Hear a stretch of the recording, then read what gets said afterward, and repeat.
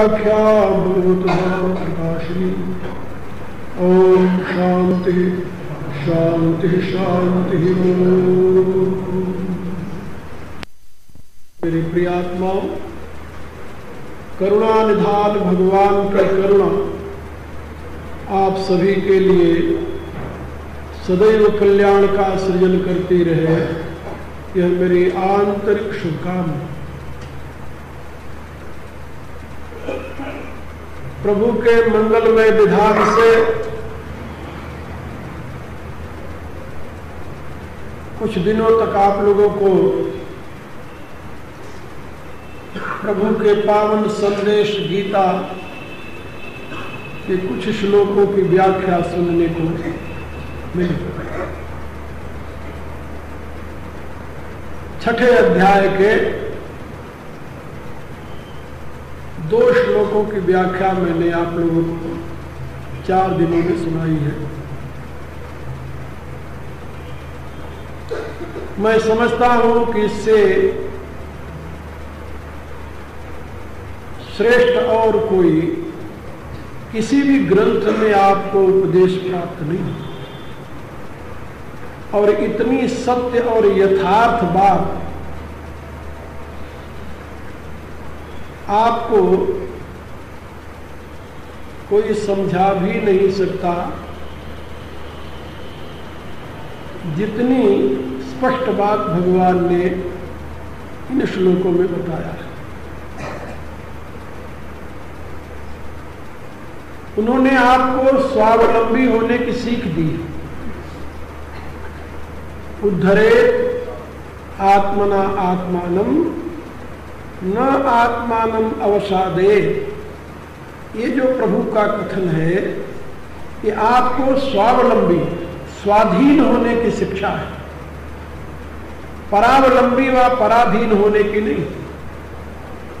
क्योंकि जो पराधीन है, परावलंबी है, वो कभी भी पूर्णतया सुखी नहीं हो सकता।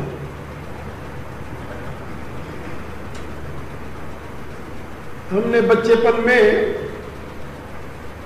जहां तक मुझे याद है, पहली या दूसरी की किताब में पढ़ा था,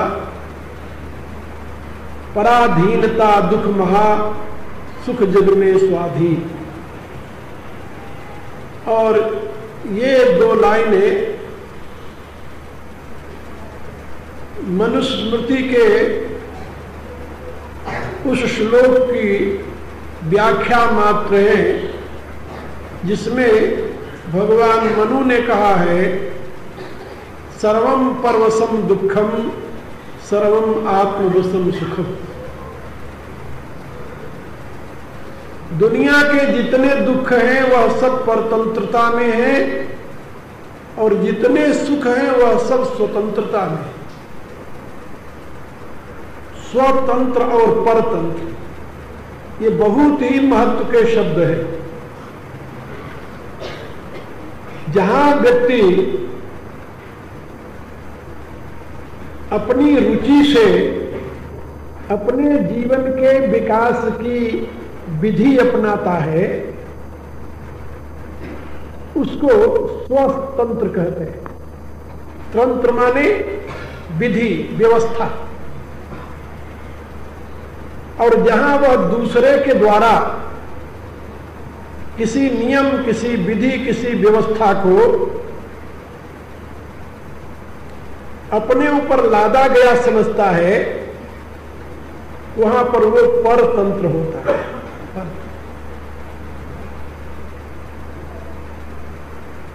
जैसे वर्तमान में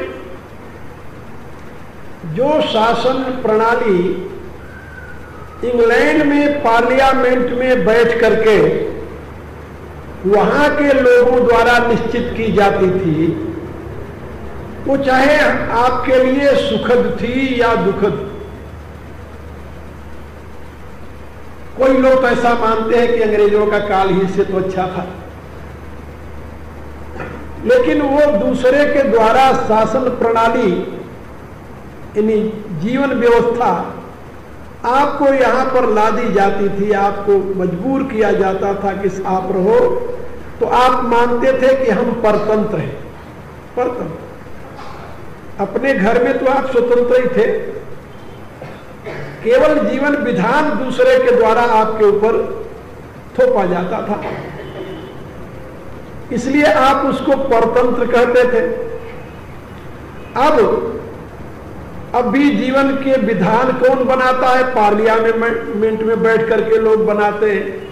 वो कानून आपको प्रिय लगता है कि आप प्रिय, इससे कुछ लेना देना नहीं, लेकिन अब आपके चुने हुए लोग हैं, वो जाकर वहां बैठकर बना रहे हैं, इसलिए उनके अहितकर कानून को भी आप कहते हैं ये तो स्वतंत्रता है। नहीं, हम स्वतंत्र हैं, क्योंकि अपने द्वारा बनाए हुए नियम में हम बरत रहे हैं। अब हमारे लिए कोई दूसरा नियम बनाकर हमें नहीं दे रहा, जो हमारे लिए नियम बनाकर लागू कर रहे हैं वो हमारे अपने लोग हैं, हमारे द्वारा चुने गए हैं, इसलिए उनके द्वारा बनाया हुआ नियम स्वतंत्र कहा जाता है, अपना तंत्र है।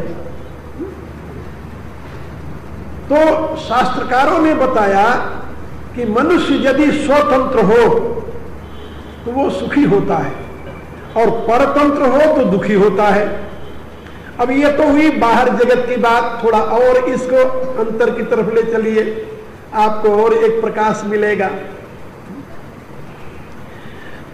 स्व शब्द का अर्थ होता है आत्मा।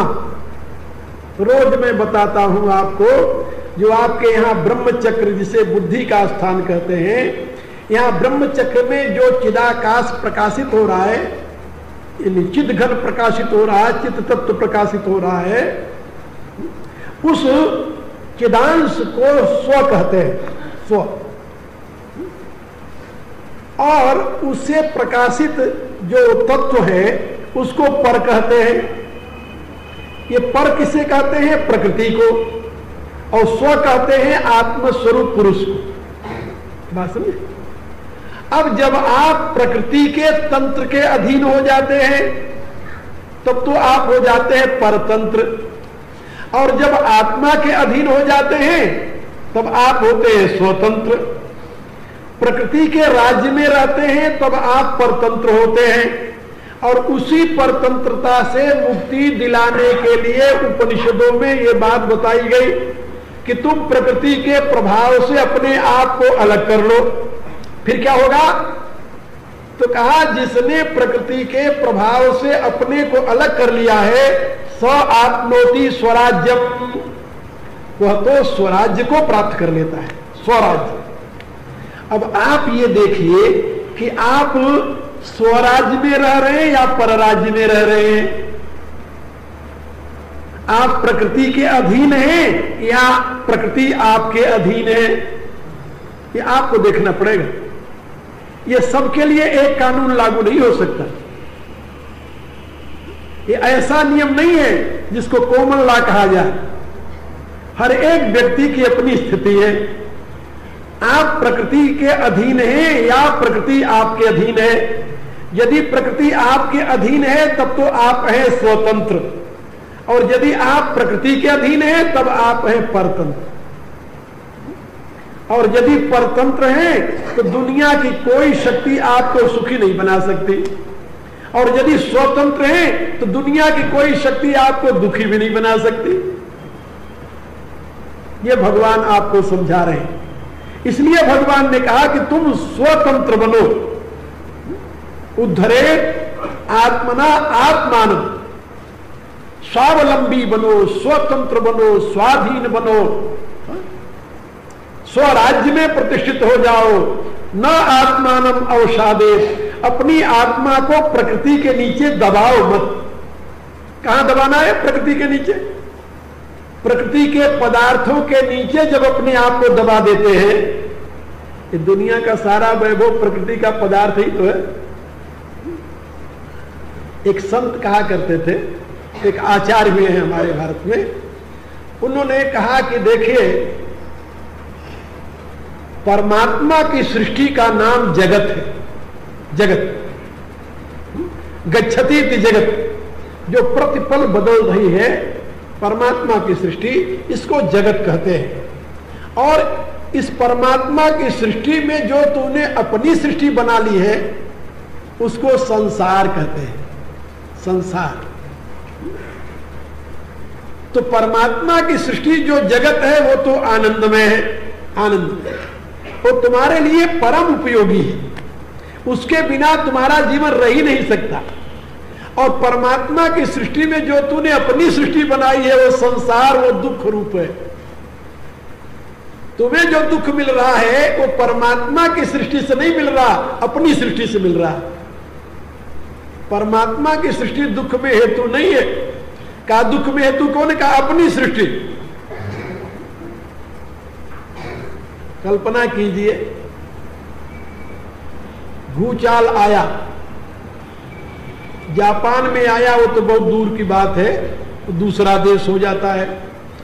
भारत में यही आया, महाराष्ट्र में, और उसमें लगभग 50,000 आदमी दब करके मर गए।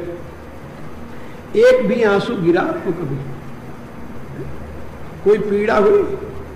कुछ नहीं।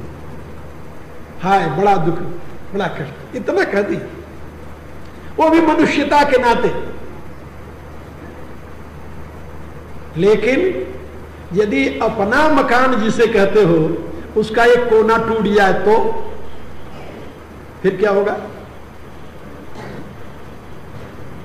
चाहे उसमें आप रहते नहीं हैं, बहुत लोग ऐसे हैं जो रहते कहीं और हैं, मकान कहीं और बना रखा है, किराए पर दे रखा है, उस मकान का सुख दुख दूसरा व्यक्ति भोग रहा है। सुख जो है, सुविधा जो है, वो किराएदार भोग रहा है। लेकिन यदि उसका कोई नुकसान हो जाता है तो दुखी वो बैठे होते हैं दूर बैठे बैठे, मेरा इतना नुकसान हो गया।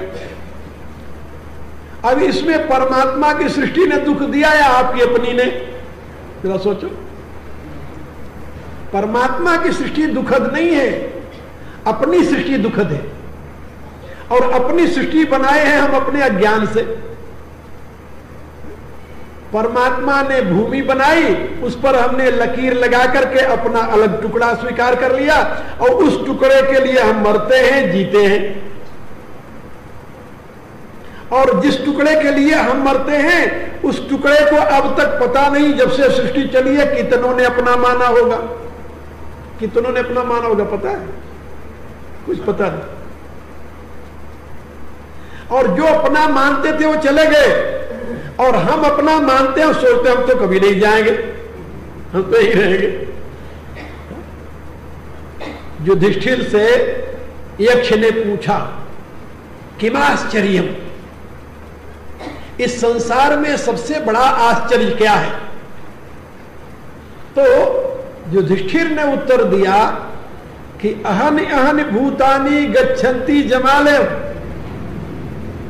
हम रोज देखते हैं दिन में 4, 6, 10 मुर्दे श्मशान की तरफ जाते ही रहते हैं, लेकिन जो बचे हुए हैं शेषो जीवतुम इच्छन्ति किमाश्चर्यमतः परम, लेकिन जो उनको ले जा रहे हैं या जो जाते हुए देख रहे हैं वो सोचते हम कभी नहीं जाएंगे। इससे बड़ा आश्चर्य और क्या होगा? इसलिए मैं आप लोगों से बता रहा था कि आप स्वतंत्र बनिए, आप स्वराज्य को प्राप्त करने का प्रयत्न कीजिए। आप प्रकृति के नीचे, प्रकृति के पदार्थों के नीचे अपने आप को दफनाइए मत, दबाइए मत, फिर आप सुखी रहेंगे। दुनिया में वही सुखी है जो प्रकृति पर शासन करता है, दुनिया में वही दुखी है जो प्रकृति का गुलाम बन गया है, क्योंकि प्रकृति का गुलाम कभी सुखी नहीं रह सकता, याद रखो। प्रकृति का शासक, प्रकृति का स्वामी तो सच्चिदानंद है, वो तो उसी में रहेगा हमेशा।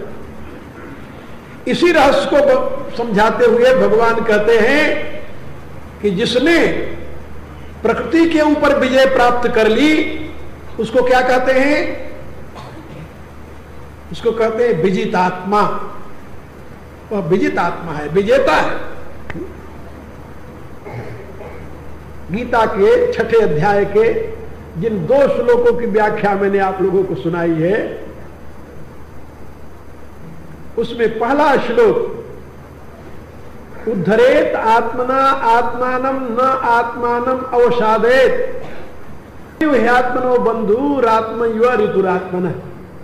ये है दूसरा श्लोक। बंधुरात्मा मनस्तस्य एन आत्मानम आत्मना जितः अनात्मनस्तु शत्रुत्वे वर्तेत आत्मानम शत्रुवत। इन दो श्लोकों की व्याख्या आप लोगों को सुनाई मैंने। अब तीसरा श्लोक क्या कहता है इसके साथ साथ, जिसकी व्याख्या आज आपको सारी तो नहीं सुना पाऊंगा। गीता तो भगवान की वाणी है, भगवान की वाणी का अर्थ इंसान कितना कर सकता है आप कल्पना कर।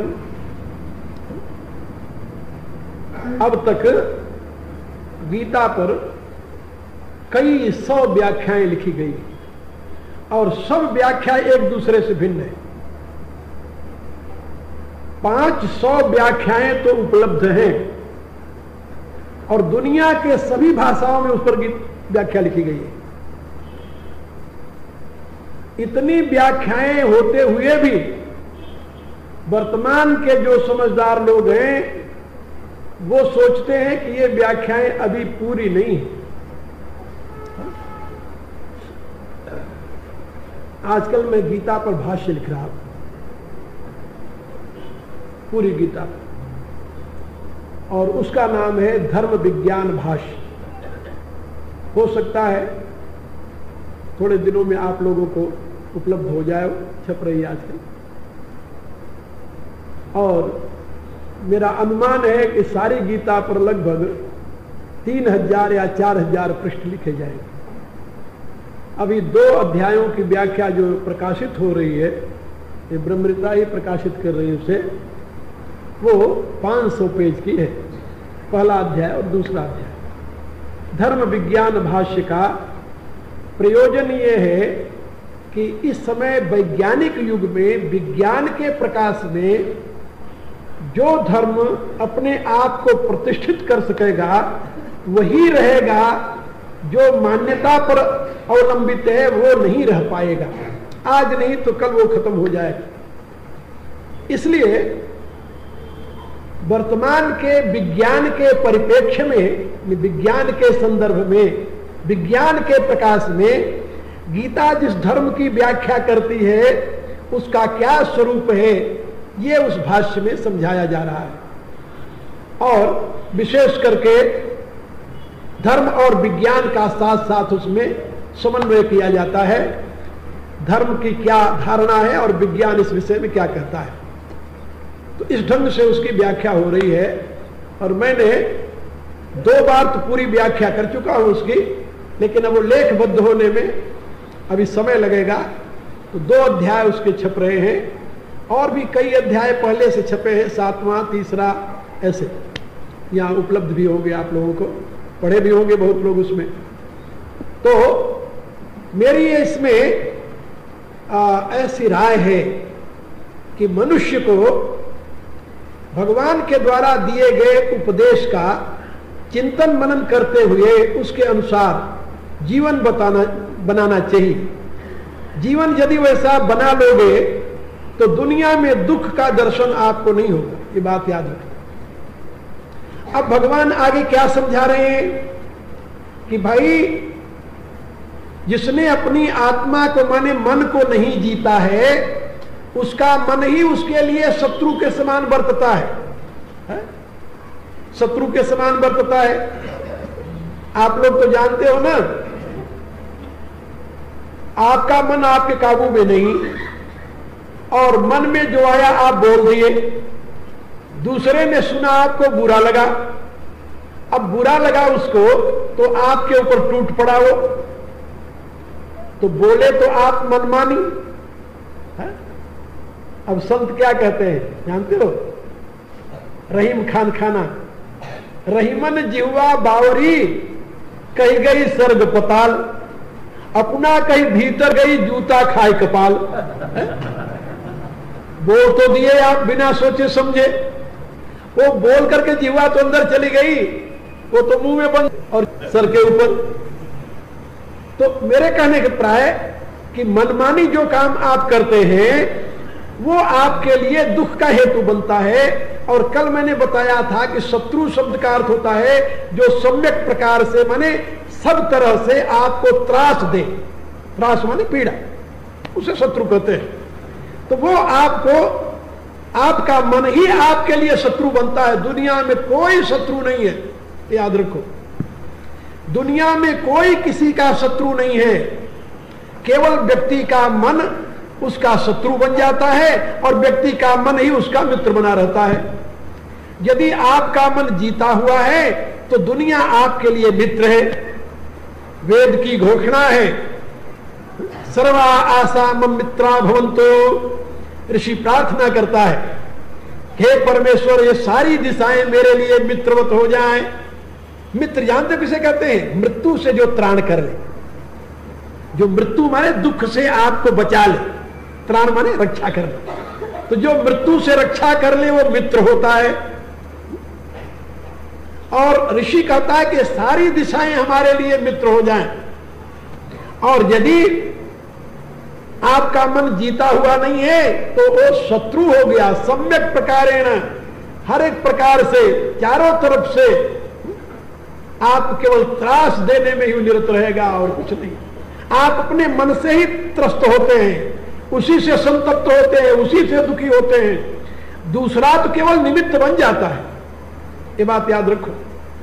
अब भगवान आगे के श्लोक में कह रहे हैं, यद्यपि है तो दो श्लोक एक साथ। जितात्मनः,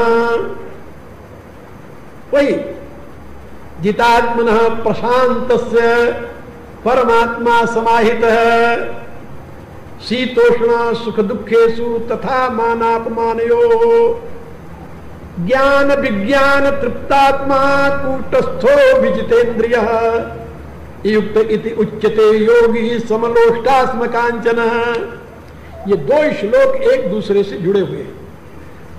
अब इसकी व्याख्या तो मैं फिर वही 4 दिन लगे तो पूरी हो, जैसे 2 श्लोक की व्याख्या आपको 4 दिन में सुनाया है। लेकिन संक्षेप में, क्योंकि आज का आखिरी दिन है, आप लोगों को थोड़ी बात और मैं इसमें बताऊंगा। अब जिसने अपने मन को जीत लिया उसका क्या लक्षण है, क्या लाभ होता है मन को जीतने में? मन को जीतने से क्या लाभ है? क्योंकि ये तो मनुष्य जो है तो व्यापारी है। मनुष्य जो है व्यापारी, हर एक मनुष्य व्यापारी है। हाँ, गीता यही मानती है और हम भी यही मानते हैं और आप भी यही मानेंगे, समझ लेंगे तो। दुनिया में कोई ऐसा मनुष्य नहीं है जो व्यापारी न हो। हमारी ये राय है कि हर एक मनुष्य ब्राह्मण है, हर एक मनुष्य क्षत्रिय है, हर एक मनुष्य वैश्य है और हर एक मनुष्य शूद्र है। कोई ऐसा मनुष्य नहीं है जिसमें ये चारों नित्य प्रति जीवन में न वर्तते हो, जिसमें चारों वर्णों का समावेश न हो। अब कौन सा वर्ण उसमें प्रबल है ये देखना है। ब्राह्मणत्व प्रबल है, क्षत्रियत्व प्रबल है, वैश्यत्व प्रबल है या शूद्रत्व प्रबल है? इन चारों में प्रबल कौन है? हैं चारों एक साथ आपके लगे हुए हैं। आप सोचिए, कभी कभी, अधिकांश समय तो नहीं, लेकिन दिन में कुछ घंटे ऐसे होते हैं जिस समय आप शूद्र होते हैं। होते? अरे अपने घर में कोई चीज नहीं छूते आप। कब नहीं छूते आप समझ लो। होते कि नहीं? और उहापोह में लगे रहते हैं। इसको लगाने से क्या लाभ है? ये वैश्य की वृत्ति है। इसको करने से क्या लाभ है? हर एक व्यक्ति यदि आपको कोई सलाह देता है तो आपको उसके लाभ क्या होगा?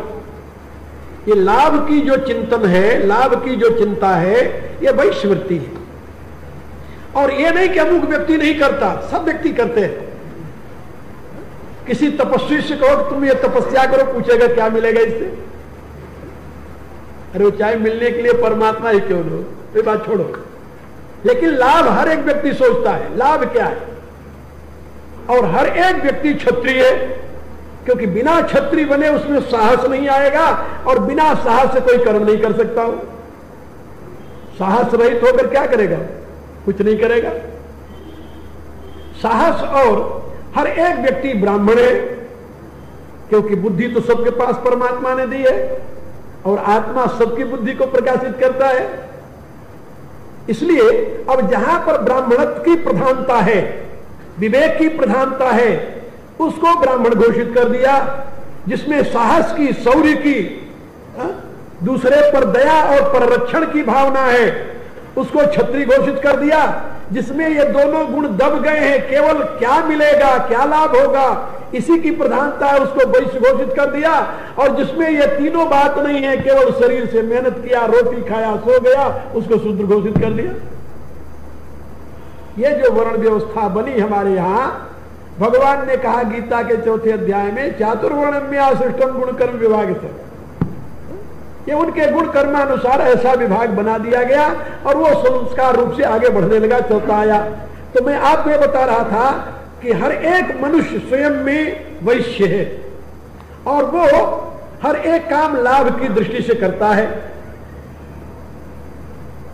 अब लाभ का स्वरूप क्या है, ये आप लोग जानते हो, व्यापार करते हो। हमारे यहां व्यापार का नियम बनाया गया है कि यदि आप 10 रुपए लगाकर उसके बदले में 12, 14, 15, 20 रुपए कमाते हैं, फिर तो आप हैं अच्छे कुशल व्यापारी। और यदि 10 रुपए लगाए और बदले में 8 मिला तो फिर तो आप कुशल व्यापारी तो नहीं हुए ना, कि हो गए? क्या रहा है? और फिर तो आज 10 लगाए, कल 8 मिला है, कल 8 लगाओगे 4 मिलेगा, 4 लगाओगे 2 मिलेगा, दिवाला निकल गया। यही होता है। अब आप देखिए कि आप जो व्यवसाय करते हैं, आपके पास कौन सा धन है? श्वास का ही धन है, क्यों कुछ है? श्वास ही है, श्वास से शक्ति मिली है, शक्ति से आप कर्म कर रहे हैं, कर्म के बदले में आपको फल मिल रहा है, यही क्रम है ना। मैंने कार्ल मार्क्स को पढ़ा, कार्ल मार्क्स को, उसका दास कैपिटल नाम की एक पुस्तक है जिसको कम्युनिस्ट अपनी बाइबल मानते हैं। जितनी श्रद्धा हमारी वेद पर है, उतनी श्रद्धा उनकी उस कार्ल मार्क्स की पुस्तक पर है। दास कैपिटल को पढ़ा, मैंने देखा तो हमने कहा कि था तो बहुत अच्छा आदमी हो। जर्मनी का रहने वाला था कार्ल मार्क्स, ये जर्मन था जाति से, और 24 वर्ष तक उसने ब्रिटिश म्यूजियम में बैठ करके बिताया, 24 वर्ष। और उसके बाद में उसने ये पुस्तक लिखी, दास कैपिटल, अपने सिद्धांत को प्रतिष्ठित करने के लिए। तो जर्मनी और यूरोप में तो उसको किसी ने सुना नहीं, लेकिन उसके ग्राहक मिल जाते हैं। आगे जाकर रसिया में मिल गए उससे ग्राहक, और वहां से उसके विचारों का प्रचार हुआ। आदमी बहुत ईमानदार और अच्छा था, और गरीबों के प्रति उसके हृदय में व्यथा बहुत थी, इसमें कोई संदेह नहीं। इसीलिए मैंने अपने कई ग्रंथों में उसे मुनि लिखा, मुनि कार्ल मार्क्स। मननशील था वो, समझदार था, लेकिन उसमें संस्कार वो नहीं थे जो भारतीय ऋषियों में होते हैं। वो कार्य कारण संबंध की स्थापना करते समय भटक गया, और अधूरे में ही रह गया। और आज से बहुत वर्ष पहले, लगभग 30 वर्ष पहले, जब मैं उसके ग्रंथ को पढ़ा था, तभी मैंने ये कहा था, हम कहा कि इसका सिद्धांत अधिक दिन तक चलेगा नहीं। क्यों नहीं चलेगा? कि शरीर तो बहुत सुंदर इसने बनाई है, लेकिन इसमें आत्मा नहीं है। अब वो दुनिया में संपत्ति का कारण ढूंढने लगा। कहता है संपत्ति का कारण क्या है? कहा श्रम। संपत्ति का कारण क्या है? कहा श्रम है, और श्रम से संपत्ति प्राप्त होती है। उसने ये नहीं देखा कि श्रम से संपत्ति प्राप्त नहीं होती, श्रम भी उसमें एक है। अर्थशास्त्र की दृष्टि से तो संपत्ति के लिए 4 चीजें चाहिए। 4 चीजें कौन कौन सी? सबसे पहले तो नेचुरल सोर्सेज, फिर उसके बाद में श्रम, प्राकृतिक साधन, फिर उसके साथ श्रम, और उसके साथ योग्यता चाहिए, बुद्धि चाहिए। केवल श्रम से काम नहीं चलेगा, और बुद्धि भी हो, श्रम भी हो, नेचुरल सोर्सेज भी हो, लेकिन गुड ऑर्गेनाइजेशन यदि न हो तो फिर कुछ नहीं मिलेगा। तो उसके लिए चाहिए गुड ऑर्गेनाइजेशन। लेकिन उसने 3 को अवॉइड कर दिया। योग्यता की कीमत नहीं मापी, नेचुरल सोर्सेज पर भी ध्यान नहीं दिया, और न तो गुड ऑर्गेनाइजेशन का। उसने कहा श्रम से शक्ति मिलती है। एक तो गलती पहले उसने ये की। दूसरी गलती उसने ये की कि श्रम को ही कारण मान लिया। श्रम तो कारण है नहीं अपने आप में। कारण क्या है? श्रम कारण नहीं है, श्रम का कारण है शक्ति। शक्ति जब ही नहीं होगी तो श्रम कैसे करेगा आदमी? ये तो आप लोग जानते हैं। शक्तिहीन आदमी श्रम कर सकता है? नहीं कर सकता। और शक्ति का कारण क्या है? यह भी नहीं उसने सोचा।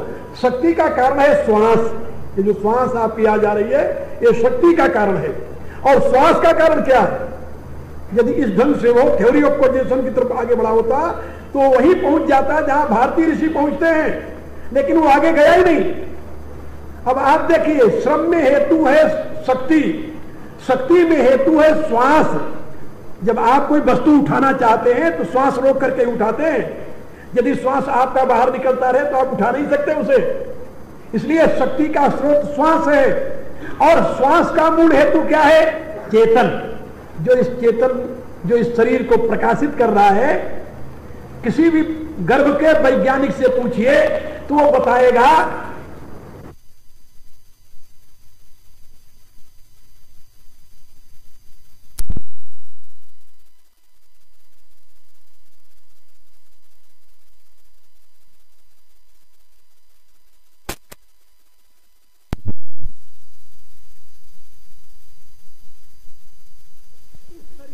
बच्चे को, गर्भ में रहने वाले बच्चे को 4थे महीने के पश्चात उसमें ये श्वास की क्रिया शुरू हो जाती है और वही चेतना शुरू हो जाती है। क्योंकि 3रे महीने के पश्चात उसमें चेतना आती है। 3 महीने तक उस भ्रूण में चेतना नहीं होती। तो जब चेतना आती है तभी श्वास की क्रिया शुरू हो जाती है उसमें।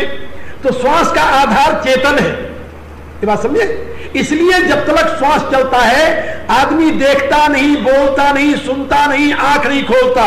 लेकिन जब तक श्वास चल रहा है तब तक क्या कहते हैं? अभी जीवित है। अपने यहां एक कहावत है, जब तक श्वासा तब तक आशा। जब तक श्वास है तब तक हो सकता है जीवित है, हो सकता है उठ के खड़ा हो जाए। इसलिए श्वास का मूल स्रोत चेतन है। यदि वो इस क्रम से चेतन तक पहुंचता और चेतन की सर्वव्यापकता का अनुभव करता तो उस समय वो उस साम्यवाद की नींव देता जिस साम्यवाद की नींव उपनिषदों में है, जिस साम्यवाद की नींव वेद में है। लेकिन वो वहां तक नहीं पहुंच सका। वो रास्ते से ही अपना सिद्धांत बनाने लगा, और रास्ते से बनाएगा सिद्धांत अधूरा तो मरेगा ही, उसमें तो कोई संदेह नहीं। और जिन ऋषियों के बनाए हुए सिद्धांत आज हजारों वर्षों से भारत को चेतना प्रदान कर रहे हैं, और उसी प्रकार से एक सिद्धांत उसने बनाया जो अभी 100 वर्ष पूरा नहीं किया, अपने आप ही मर गया। ये होता है विवेकहीन विचारधारा का परिणाम। तो मैं आप लोगों को यह समझा रहा था कि आपके पास जो संपत्ति है जिसको आप लगाते हैं वो आपका श्वास है। ये श्वास आपकी संपत्ति है, और श्वास के प्रतिनिधि हैं आपकी इंद्रियां। जहां हमारे यहां पंचकोशों की व्याख्या की गई है वहां यही बताया गया है कि अन्नमय कोश, प्राणमय कोश, मनोमय कोश, विज्ञानमय कोश, आनंदमय कोश। तो प्राणमय कोश ही इंद्रियां हैं। ये इंद्रियां प्राणमय कोश में आ जाती है। ये बात समझे? प्राण को कंट्रोल करो तो इंद्रियां कंट्रोल में हो जाती हैं, और इंद्रियों को कंट्रोल करो तो प्राण अपने आप कंट्रोल में हो जाता है। हमारे यहां साधन की 2 प्रक्रियाएं हैं मुख्यतः, एक राजयोग की, दूसरे हठयोग की। राजयोग की साधना में इंद्रियों को कंट्रोल करने से प्राण कंट्रोल किया जाता है, और हठयोग की साधना में प्राण को कंट्रोल करके इंद्रियों को कंट्रोल किया जाता है। प्राण का नियमन करके इंद्रियों का संयमन किया जाता है, और राजयोग में मन का नियमन करके प्राण का संयमन किया जाता है। ये दोनों प्रक्रियाएं हैं साधन की अलग है। अभी जो मैं आपको बताने जा रहा हूं उसको समझिए कि ये जो मन को संयमन करने वाली बात है, इससे आपको लाभ क्या होगा? लाभ ये होगा कि जैसे आप 10 रुपया लगा करके उसके बदले में 20 पाने की कोशिश करते हैं, ऐसे ही आप ये मृत साधनों के प्रयोग से अमृत पा जाएंगे। नाशमान साधनों के प्रयोग से अविनाशी को पा जाएंगे। मृत साधनों के प्रयोग से अमृत को पाना, नाशवान साधनों के प्रयोग से अविनाशी को पाना, परिवर्तनशील साधनों के प्रयोग से नित्य तत्व को प्राप्त करना, ये आपकी कुशलता है व्यापार की। आप कुशल व्यापारी माने जाएंगे। और यदि आपने अमूल्य श्वास लगाए और श्वास के बदले में कितने घंटे काम किए भाई, सवेरे से लेकर शाम तक 12 घंटे, 12 घंटे श्वास लगाने के पश्चात बदले में आपको यदि 12 लाख मिल जाए, चलो 12 करोड़ मिल जाए, तभी सौदा ठीक नहीं है, तभी लाभ वाला सौदा नहीं है। लाभ वाला सौदा क्यों नहीं है कि आप 12 करोड़ दे करके 12 घंटे का श्वास नहीं खरीद सकते। आप अपने आय व्यय का ब्यौरा कैसे लगाते हैं? जो माल आपको मिला है उसको बेचने से, उसको दे देने से क्या उतना लौट आएगा? उससे दूना लौटेगा जो आपने व्यय किया है। आपका इन्वेस्टमेंट उससे पूरा हो जाएगा कि नहीं? और यदि नहीं होता तो आपने घाटे का सौदा किया। तो आप देखिए, आप 12 करोड़ दे करके क्या 12 घंटे का जीवन पाएंगे? नहीं पा सकते, असंभव है। जब 12 करोड़ दे करके 12 घंटे का जीवन नहीं मिल सकता, तो ये 12 घंटे में 12 करोड़ की जो आमदनी है वो घाटे का सौदा है या नफे का है? सोचो पहले, आपने अपने उस समय और शक्ति का, श्वास का सही व्यापार किया है या गलत व्यापार किया है? आपने घाटे का व्यापार किया है, याद रखो।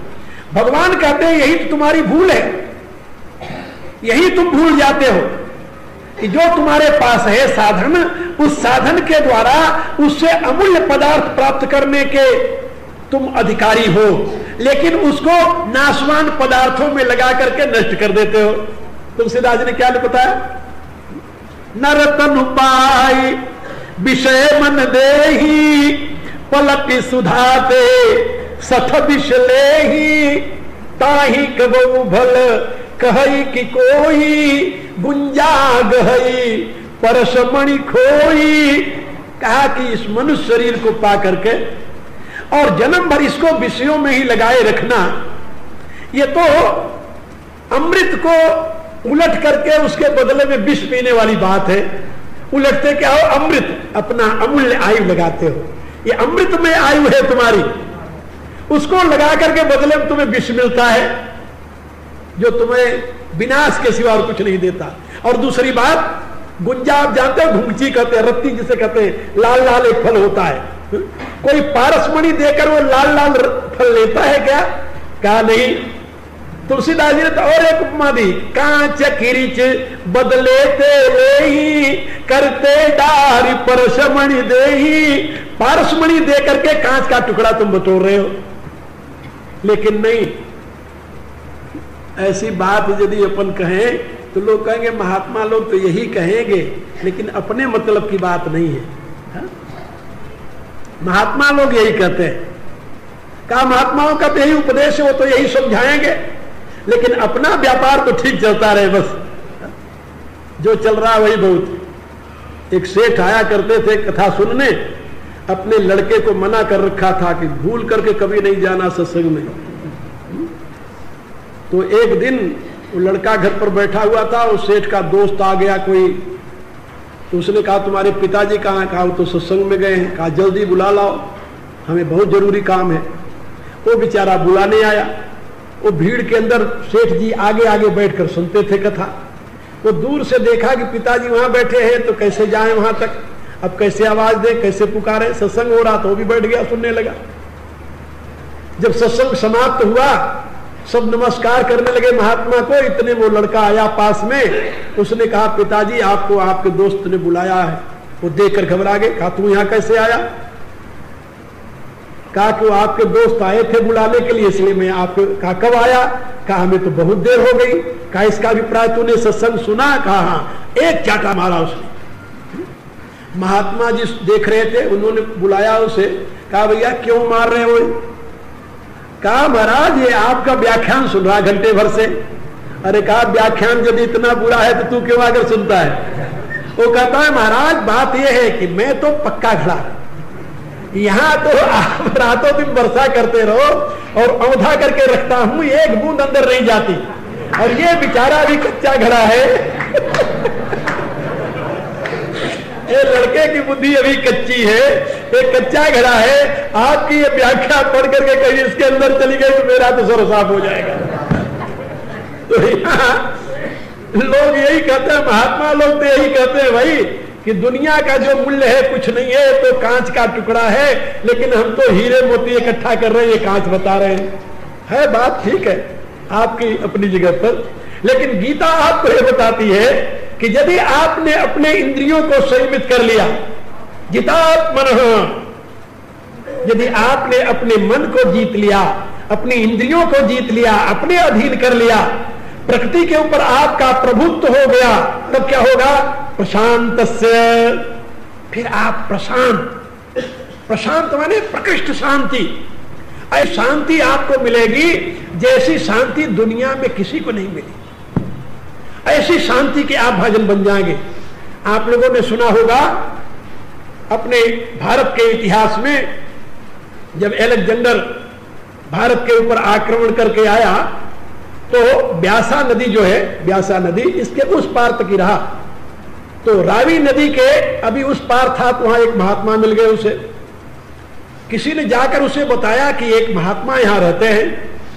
उसको याद आया कि मेरे गुरुदेव ने कहा है कि भारत में ब्राह्मण लोग होते हैं और तुम जाना तो उनसे मिलना, तो कहीं वो ब्राह्मण तो नहीं है।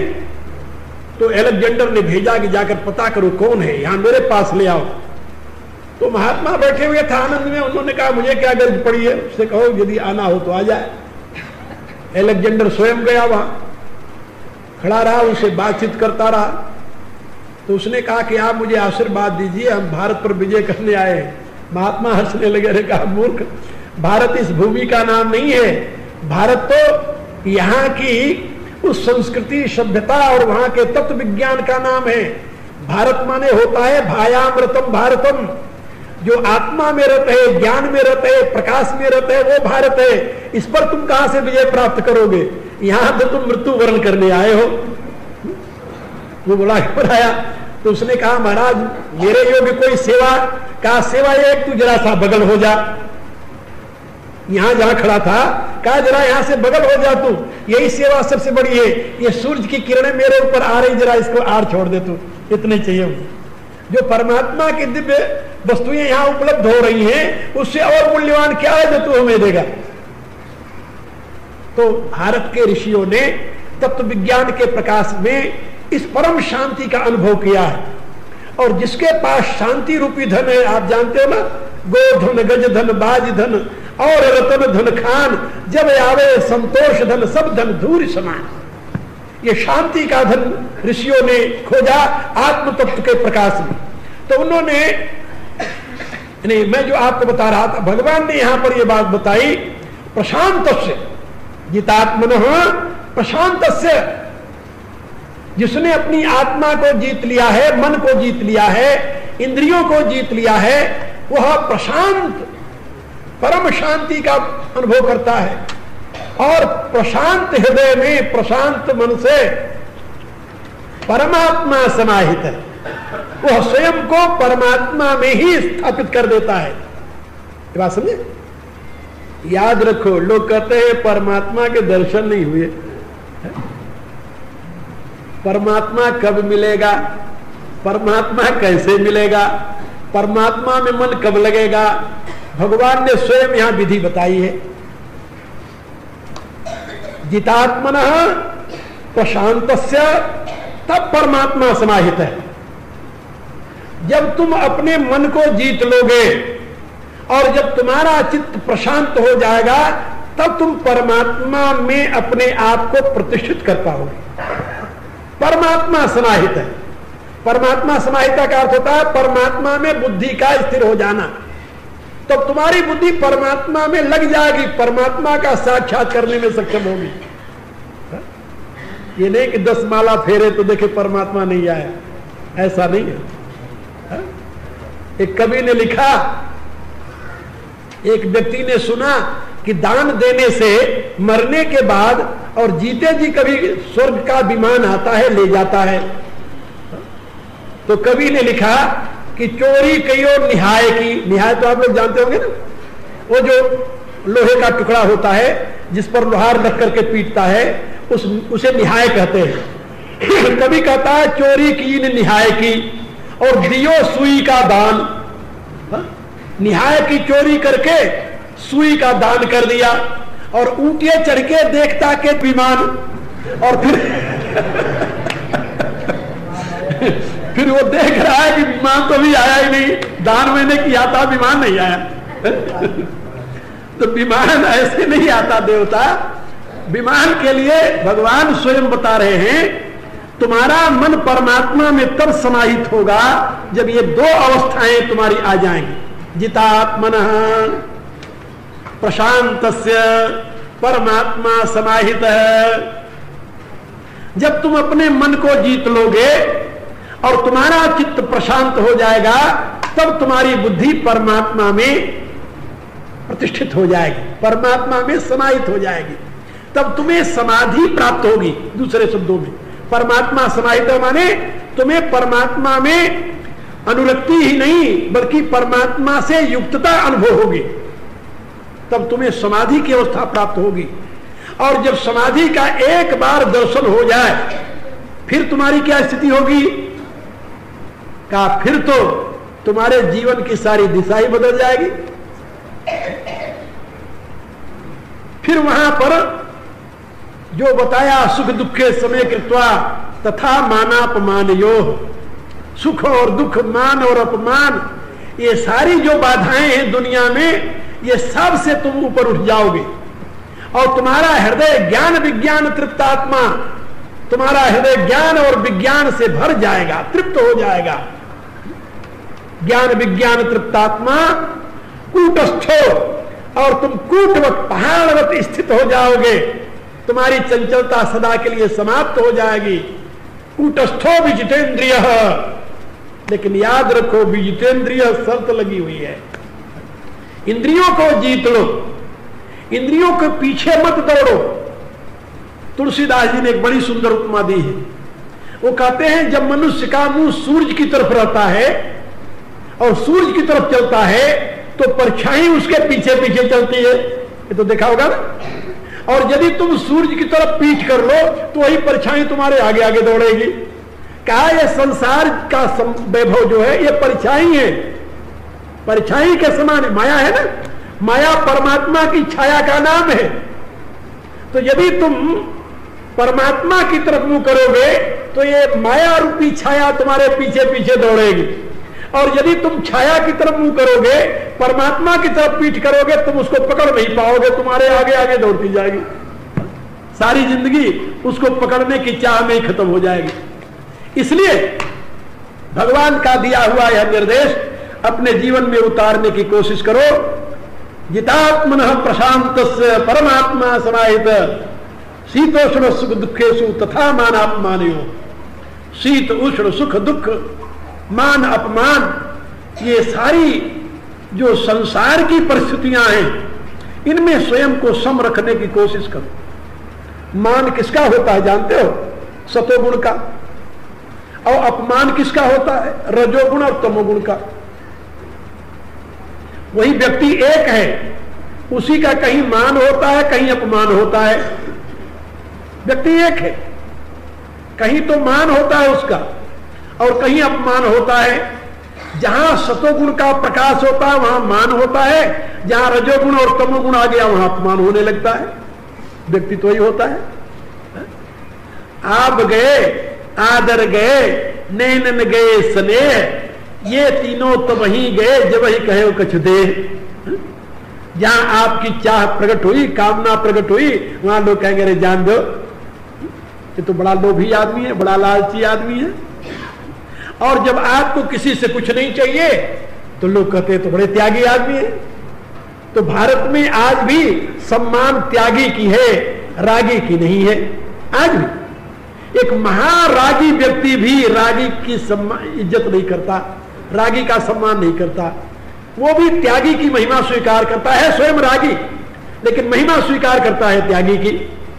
इसलिए चाह गई चिंता मिटी मनुआ बेपरवाह, जाको कछु न चाहिए सो साहन को साथ। दुनिया में उससे महान आदमी कोई नहीं है। जिसको कुछ नहीं चाहिए सबसे बड़ा दुनिया में वही आदमी है, याद रखो। और जिसको कुछ चाहिए उससे छोटा आदमी दुनिया में कोई नहीं मिलेगा तुम्हें। हमारे यहां एक प्रश्न किया गया है, को वा दरिद्री, कहा दरिद्री किसे कहते हैं? आचार्य शंकर ने उत्तर दिया, यस्य विशाल तृष्णा, कहा जिसकी बड़ी तृष्णा है वही दरिद्री है सबसे, चाहे वो करोड़पति क्यों न हो। तृष्णा इतनी लंबी है कि वो हमेशा ठोकर खाता घुमा करेगा। और जिसकी तृष्णा नाश हो गई है उसके पास कुछ नहीं है, 7 गांठ कोपीन में द्वार द्वार को टूकरो, बिन भाजी बिन लोन। क्या कहा कबीर ने? द्वार द्वार को टूकरो, बिन भाजी बिन लोन, सब्जी नहीं है, नमक भी नहीं है। और 7 गांठ कोपीन में, और कोपीन भी उसकी फटी हुई गांठ देकर पहन रखा है। 7 गांठ कोपीन में इंद्र बापुरों को, लेकिन वो इंद्र को भी ललकारता है कि मुझे तेरी भी जरूरत नहीं है, एक तरफ हो जाए। क्यों? इसलिए कि उसकी चाह नहीं है।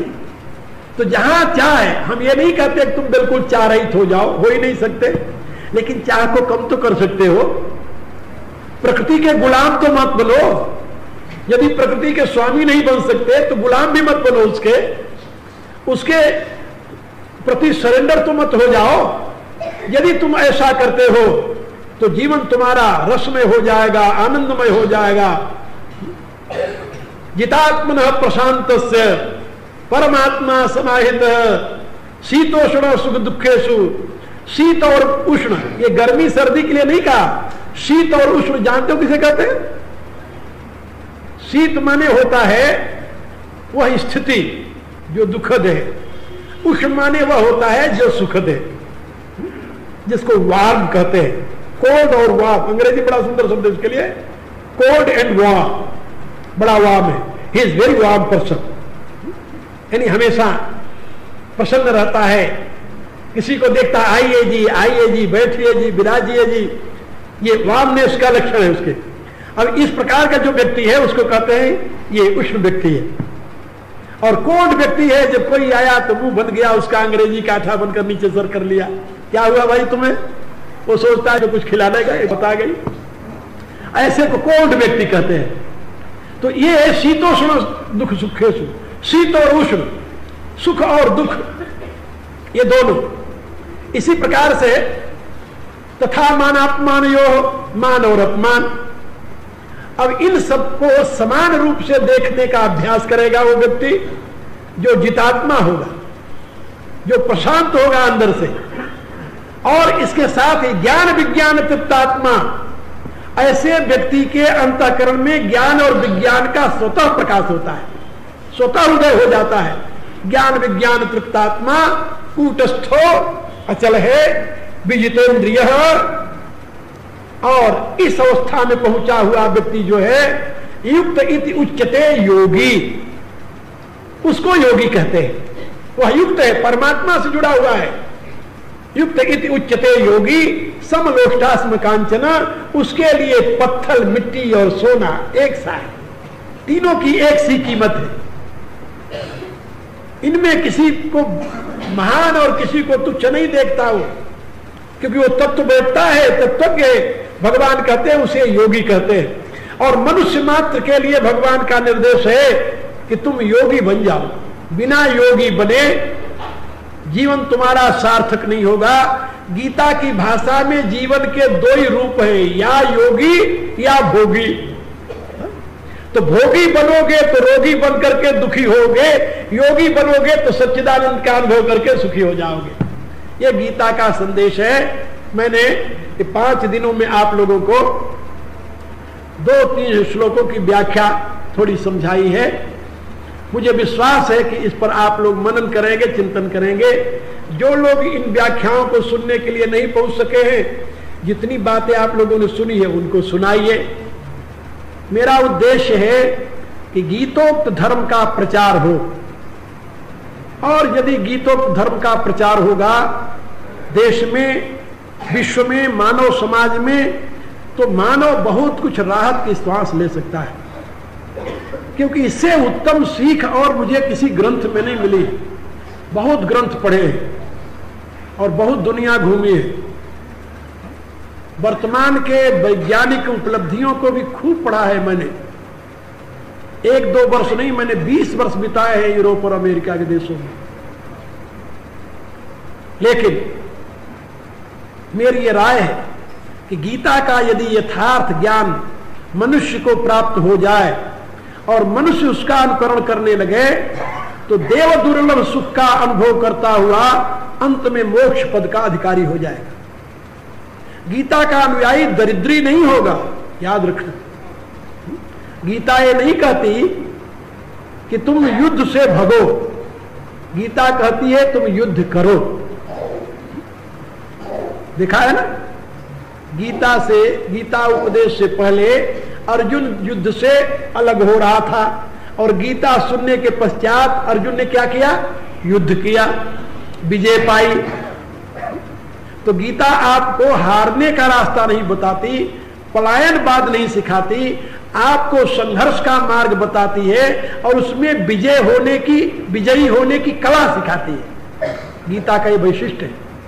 और गीता मैंने बताया था पहले दिन ही कि किसी सर्वत्यागी मुमुक्षु के लिए नहीं है, वह तो किसी भी अवस्था में रहने वाले मनुष्य के लिए मार्गदर्शन देती है।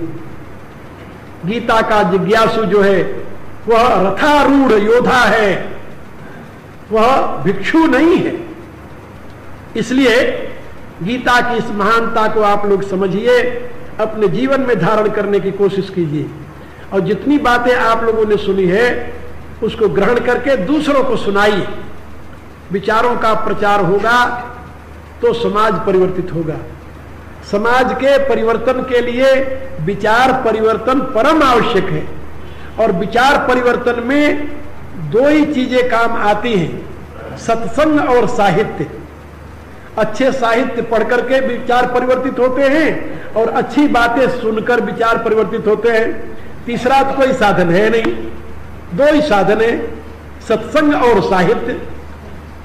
तो मेरी ये राय है कि आप लोग जो सत्संग सुन रहे हैं उसके माध्यम से और जो साहित्य पढ़ते हैं उसके माध्यम से गीता के इन सिद्धांतों को जनमानस तक पहुंचाने का काम करें।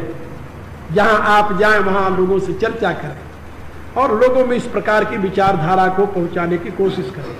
इससे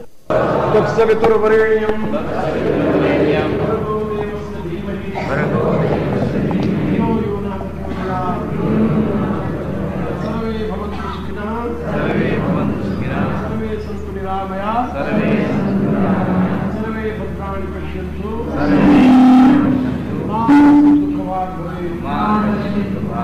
ओम पूर्णमदः पूर्णमिदं पूर्णात् पूर्णमुदच्यते पूर्णस्य पूर्णमादाय पूर्णमेवावशिष्यते।